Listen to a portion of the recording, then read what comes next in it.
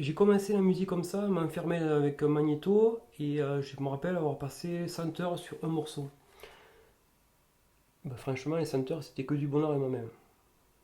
Une fois que j'ai fini mon produit sur ma cassette, là, à la fin, écouté une fois, deux fois, fait écouter à deux camarades dans une voiture, puis je me suis dit, waouh, ben, c'est mort, c'est fini, c'est mort. Le projet, il se passe plus rien. Alors que non, la musique, il faut vraiment la partager, s'enfermer. Alors je trouve qu'il y a des gens qui adorent ça, qui font de super trucs tout seuls et des super productions, ça sonne hyper bien. Mais non, j'ai besoin de live de moins en moins.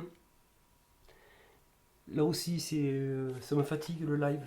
Parce que combien de fois, on est chaud, on se prépare, là on arrive, on a bien répété.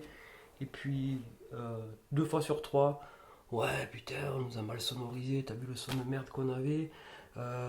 Tu te rends compte, putain, on t'attendait pas. J'ai pas de retour, du coup j'ai fait trois pains, mais bon, on fait au mieux. En fait, voilà, c'est que quand on n'est pas connu, eh bien, c'est rare de se produire dans des. Voilà, là on sait qu'on va restituer ce qu'on sait faire. Et on est tributaire de ça.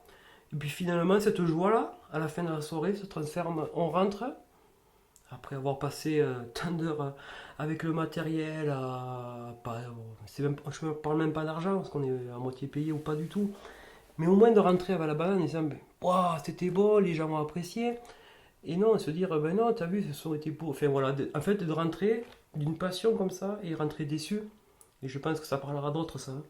Mais, et bon, après on oublie parce qu'on se dit, non, non, la prochaine fois ça sera mieux. Mais non, deux fois sur trois, quand on n'a pas son sonorisateur, quand on n'a pas son matériel, les personnes qui ne vous connaissent pas, je suis désolé, c'est impossible de faire un bon son dans ton groupe.